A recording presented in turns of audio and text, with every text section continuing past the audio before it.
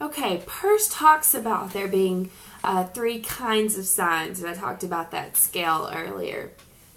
Um, so now that we know what state of mind to be in, what makes up a sign, we can start going into what those signs are. And the first one is likeness, and that is pure and simple, like an icon. And it is a very simple way of distinguishing or interpreting a sign, and it represents an object by imitation.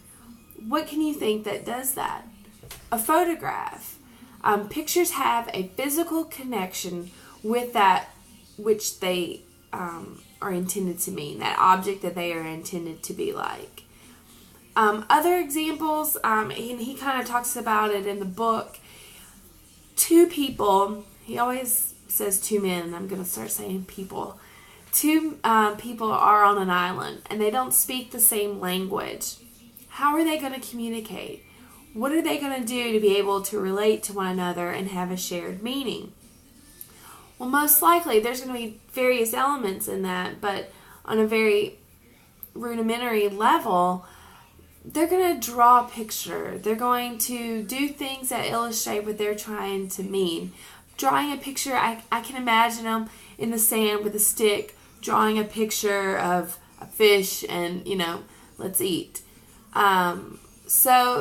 And in here he says, likeness is the only means of describing the qualities of the things and actions they have in mind. So if we're thinking about the two people on the beach, showing a direct physical resemblance is the only way to maybe really picture what they have in their mind.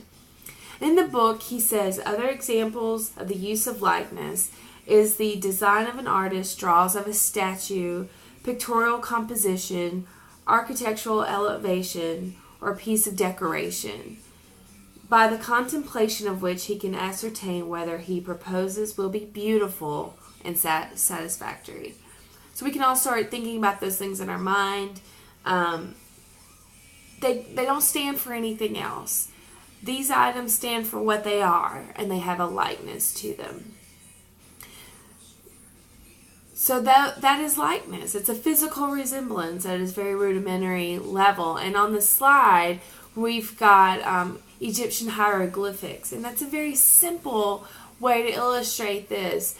The letters that you see there on the screen have a direct resemblance with what they're intended to mean. And they're showing, exactly what these things are and exactly what they want each other to know about that. And so it's just that very physical or simple sign connection.